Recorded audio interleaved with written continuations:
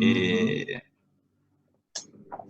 Más que nada, digamos, lo que interesa acá con respecto a la función, lo mismo los canales, es para que después ustedes lo puedan identificar con respecto a las condiciones de exposición, a qué va a estar sometido esa estructura, o sea, qué grado de agresividad va a tener, ¿sí? Y por otro lado, en función de la altura, cómo lo van a colocar, ¿sí?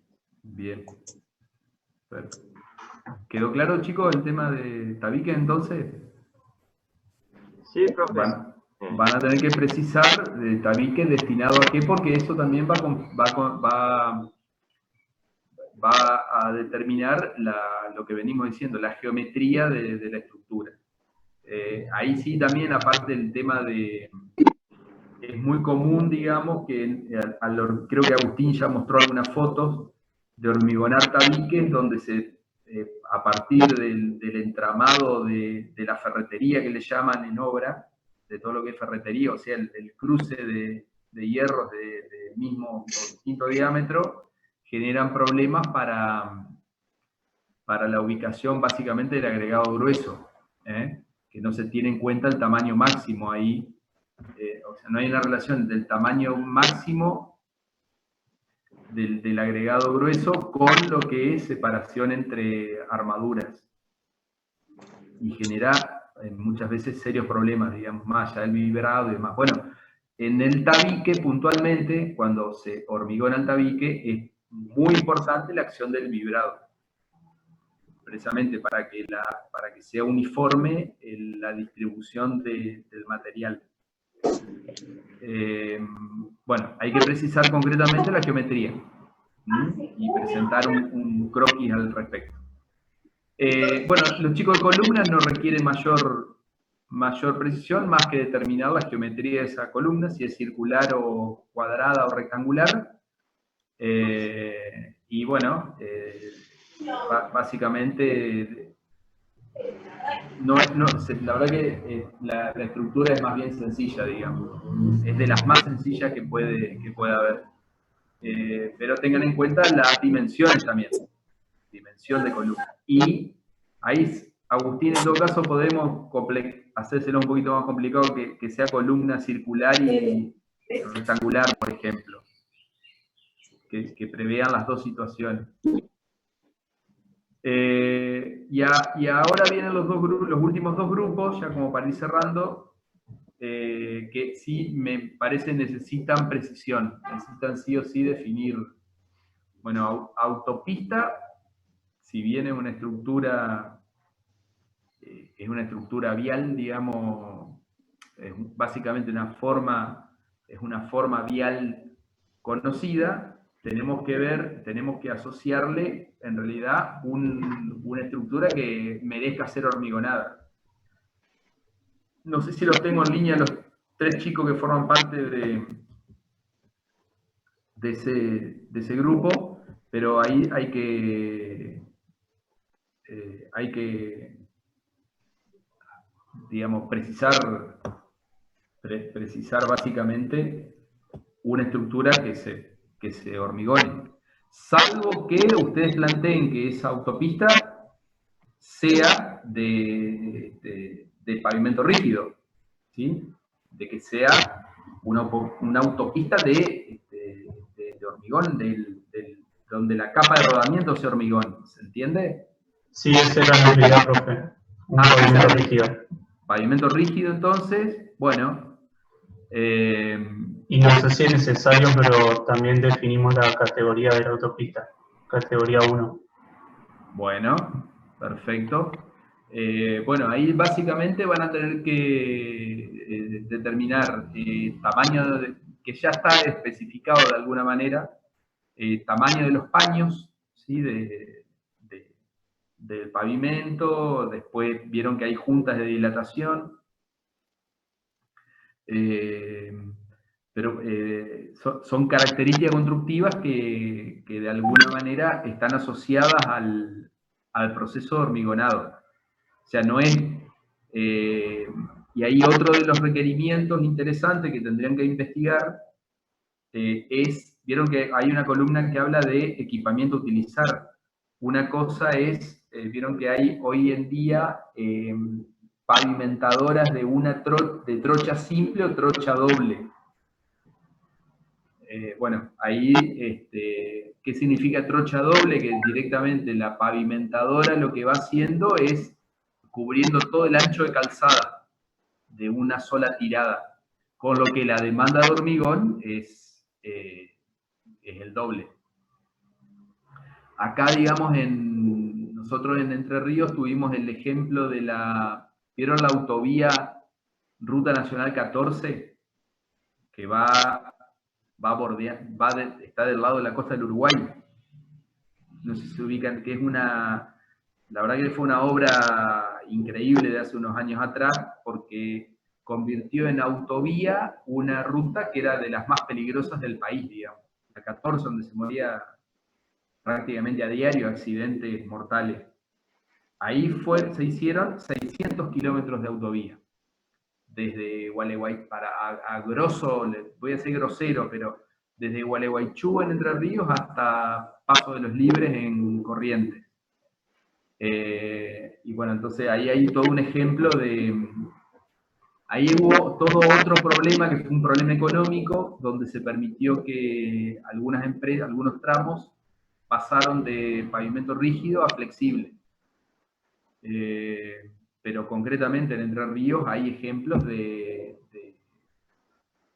en la zona de Colón, de Chajarí y demás, la autovía está construida básicamente con hormigón.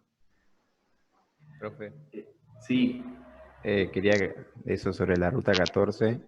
Hay una calzada que sigue con la flexible, digamos, y después está la nueva que es de hormigón. Claro. Bueno, eso es una crítica que se deslizó, digamos, al momento de que Vialidad Nacional les habilitó, digamos, la posibilidad de cambiar. Yo tuve la suerte de poder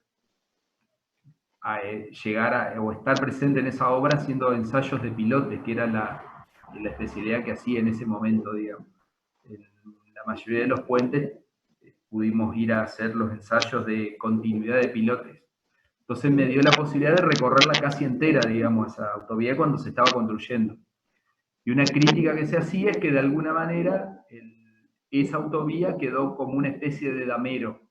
¿Por qué damero? Porque vieron que se identifica, digamos, el pavimento flexible como negro y el pavimento rígido más grisáceo, tirando incluso a grisáceo gris claro. Entonces quedó estéticamente, ustedes van a ver que van pasando de sectores, de tramos donde hay asfalto a hormigón, ¿sí? Y después vuelve asfalto probablemente, bueno, eso. Pero bueno, van a tener que concretamente pensar en esa situación, chicos, de cómo, de hecho, cada tramo tenía su propia planta elaboradora de hormigón.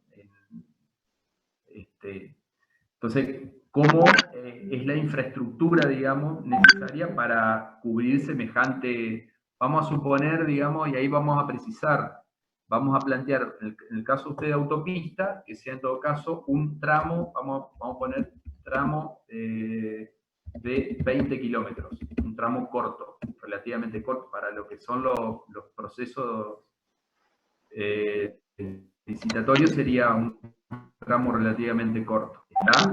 Pero tiene que pensar en hormigonar un tramo de esa característica. Profe. Sí. ¿Hay alguna forma de pasar la fecha de entrega? ¿Darnos un poco más de tiempo? Agustín. Porque digamos que son muchas las cosas que hay que averiguar y estamos con todos los otros trabajos también de otras materias. Y como mucho una semana más. Pero por ahí, a ver, por ahí no se compliquen tanto con respecto a pensar, digamos, muy complicada la estructura, sino que fíjense qué datos son los que necesitan para poder empezar a dosificar. ¿Se entiende? Que son, perdón Agustín, que serían los títulos de las columnas que yo tengo acá arriba, digamos. Sí, lo primero que tienen que definir es el tema de los materiales constituyentes, o sea, los agregados. Voy a usar canto rodado o piedra partida. Ya ahí nomás, con esa definición, ya defino el método con el que voy a dosificar.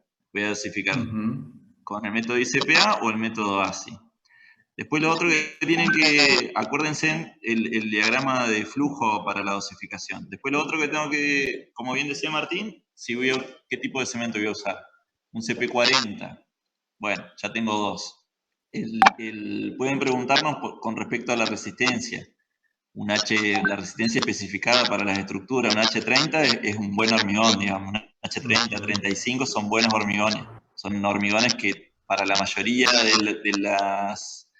de los elementos estructurales que ustedes pusieron andarían bien. Por ahí para el tema de una cabecera, un aeropuerto, sería por ahí una resistencia un poco mayor y tiene otras características, pero después los otros con ese tipo de resistencia especificada ya van a estar bien. Después son todas, a ver qué termino, son todos elementos, digamos, estructurales o estructuras en sí que requieren un control importante. Entonces podemos hablar de modo de control 1 y seguimos definiendo. El equipamiento que vamos a utilizar, bueno, ese depende de cada elemento estructural, ¿sí? Las condiciones ambientales definen en qué lugar va a estar ubicado, si va a estar en Jujuy o en la Patagonia o acá en Entre Ríos, y ya siguen, digamos, marcando cosas que necesitan.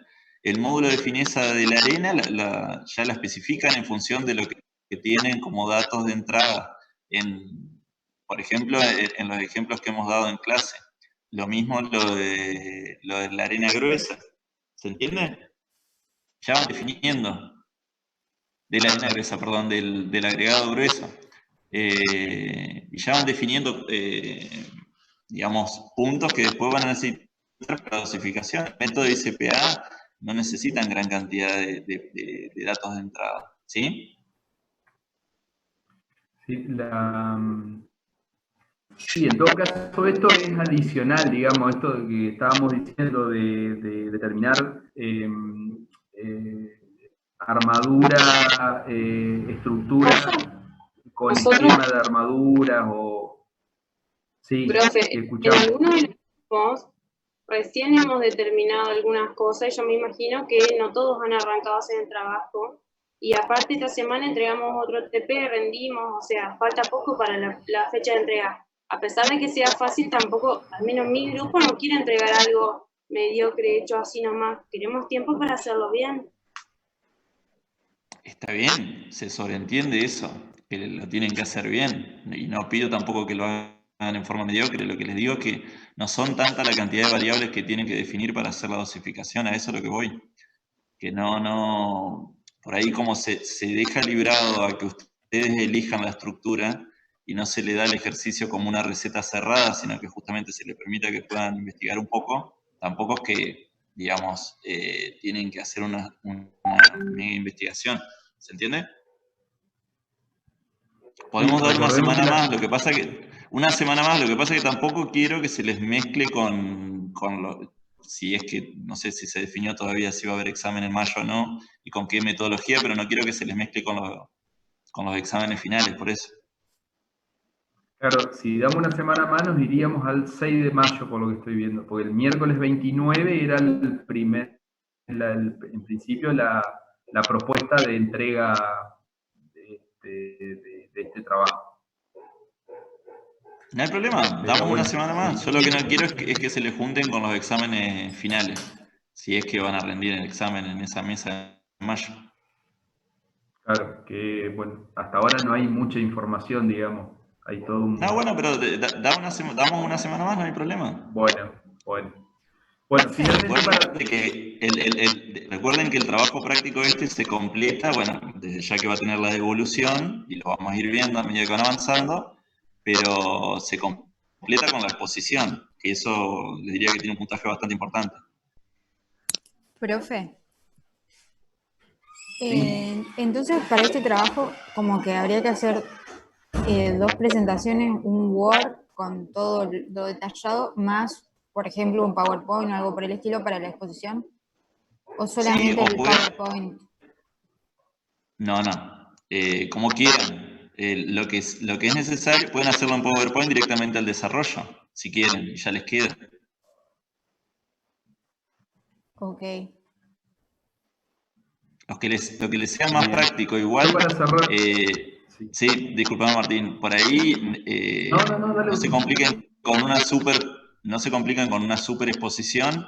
A mí lo que más me interesa es que compartan con sus compañeros la experiencia de qué es lo que tuvieron en cuenta para hacer la dosificación que realizaron, ¿sí? Qué consideraciones tuvieron en cuenta y qué características tuvieron en cuenta, ¿sí? Diferentes, cosa de que todos se enriquezcan con el trabajo del grupo, de los demás grupos, digamos. Claro. Profe, entonces, si hubiera, ¿por qué la entrego un miércoles? Es decir, nosotros primero les enviaríamos el Power para que ustedes lo vean y después las clases siguientes se exponen. Esa sería la metodología. Sí, la exposición la vamos a ir viendo en función de, o sea, si tienen que corregir muchas cosas, no van a alcanzar a exponer, ¿se entiende? O sea, la exposición y los horarios de la exposición lo vamos a dar nosotros. La fecha es para la entrega del trabajo en sí, no de la exposición. Sí, claro. Y van a exponer cuando ya esté corregido. Ah, listo. Claro, nosotros habíamos puesto ahí en realidad el miércoles, era porque teníamos la clase el martes que viene como última clase para evacuar dudas. ¿Vieron esto que estamos haciendo ahora, depurando un poco, tratando de limpiar un poco el nombre de la estructura y los condicionantes para llegar a la dosificación? Lo que queríamos el martes que viene era, bueno, una vez ya aclarado todo esto, de qué estructura tengo que dosificar, bajo qué condiciones, todas las hipótesis de cálculo, digamos, si ustedes tenían una consulta puntual para el martes que viene, por eso era el miércoles la entrega. ¿Se entiende? Para darles la chance de tener un día más de consultas y preguntas y decir, bueno, y acá si uso este aditivo o esta relación agua-cemento, está bien que use este ábaco para... Era básicamente para ver si dentro de, habiendo definido el aspecto general, si después la receta no había ningún problema para llevarla a cabo, o también si había alguna duda con respecto a, equipamiento a utilizar o algún tipo de cuestión adicional, digamos, que ustedes no hayan visto o tengan inquietudes. Por eso era un miércoles la fecha máxima de entrega. ¿Se entiende? Para darle la chance que el día anterior se saquen las dudas si existieran. Yo, para cerrar, Agustín, el último grupo de estos 3 chicos, edificio en altura. Bueno, ahí caemos en lo mismo que por ahí hemos planteado en algún caso anterior. Edificio en altura es una sumatoria, es una gran sumatoria de estructuras menores, digamos, o estructuras, habría que precisar, ¿sí? Con el agravante de que ya hay muchos que eligieron estructuras que pueden estar metidas dentro del edificio, tabiques, columnas. Creo que los ya eligieron. No sé, los escucho a ver qué idea tenían o si tienen intención de cambiar de... ¿Sí? No sé. Priscila, quería comunicarle que ahora simplemente vamos a hacer yo y Bengochea. Martínez no va a continuar con la materia, después se va a comunicar con ustedes. Y habíamos pensado si podía hacer bases de fundación. Bueno, sí, me parece bien. Bases, ahora, sacamos de lado el tema del edificio, porque normalmente un edificio en altura, ¿viste? Tiene como, hoy en día, como fundación casi estelar el pilote, normalmente, pero cuando vos hablas de base, sería una base zapata, base aislada, base zapata puede ser continua, pero una base sería una fundación de una estructura no tan importante como un edificio. No sé si a eso te referís. Bueno, sí podría ser, supongo. Bueno, entonces lo cambiamos por base de fundación. Ustedes después la base de fundación. Vamos de vivienda. ¿Está? Vuelvo a repetirte, porque normalmente hoy en Paraná, al hablar de fundación de cualquier estructura que supere los 3 pisos, caemos en pilotes. ¿Sí? Sí o sí vamos a... ¿Y alguien ya tenía este grupo como pilotes? Sí, hay un grupo que ya tiene. Claro, por eso. Bueno, está bien. Quedamos así, entonces base, tipo, a ver, porque además platea es otra forma de fundación. ¿Ustedes ya dieron cimentaciones, la materia? No, aún no. Bueno, en cimentaciones, en esa materia ustedes van a ver todos los tipos de fundaciones existentes, digamos, en la ingeniería civil, para obras de ingeniería. Entonces van a ver que básicamente la distinción principal tenemos fundaciones directas. Directa es todo tipo de fundación donde fundo en estratos relativamente no muy profundos, relativamente cercanos al nivel de suelo. O sea, el nivel de fundación está cercano al nivel de suelo con distintos tipos de estructuras. Vuelvo a repetir, zapatas aisladas, zapatas corridas, zapatas con ménsulas de vinculaciones, bueno. Pero otro tipo de fundación se llama indirecta y donde yo necesito ahí sí donde tengo que ir a estratos inferiores más resistentes. Y ahí la fundación indirecta por excelencia es el pilote. Por eso vamos a quedar con base de fundación de una vivienda determinada. ¿Sí? Ahí la característica que tiene la base es que tiene forma tronco piramidal. ¿Sabes? Ese es como detalle, digamos. O, bueno, rectangular, digamos. Pero básicamente es una fundación relativamente poco profunda. ¿Está? Entonces, entre una de esas dos formas podemos elegir. Sí, sí. Bueno. Y ahí, digamos, si ustedes buscan sin conocer cimentaciones, van a ver que hay hasta determinadas ya como armaduras previstas, digamos, para determinadas dimensiones de bases. Vamos a suponer una base que tiene 1 metro 1 por 1, ¿sí? 1 metro por 1 metro de superficie y una profundidad de 1,5 metros, ya hay determinada configuración de armadura ya más o menos prevista. Si ustedes buscan, googlean un poco, se van a encontrar. Eso les va a ayudar con el tema ya para determinar recubrimiento, bueno, una de las cosas que pide el práctico, digamos, qué recubrimiento mínimo tiene que tener, qué separación entre armaduras va a haber, etc. ¿Estamos? Bueno, profe, muchas gracias. Bueno, Agustín, no sé si te cedo la posta, digamos. Yo creo que en términos generales el práctico estaría pensado. En la semana los puedo ir escuchando, me pueden ir haciendo los chicos consultas o vamos puliendo un poquito más el tema ya de la dosificación. Bueno, bien. ¿Cuánto falta en esta reunión? La verdad que no me... A ver, pero ya te digo.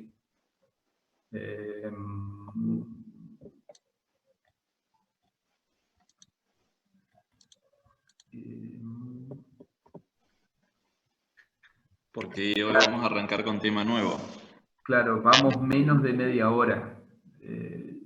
Bueno, lo que vamos a hacer, les voy a pasar...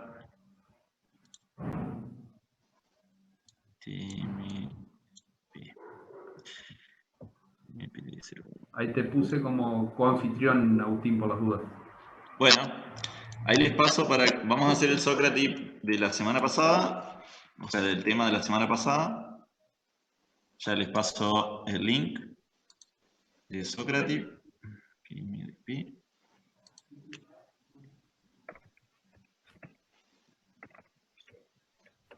Ahí está. Perdón, es PD, no DP. 0.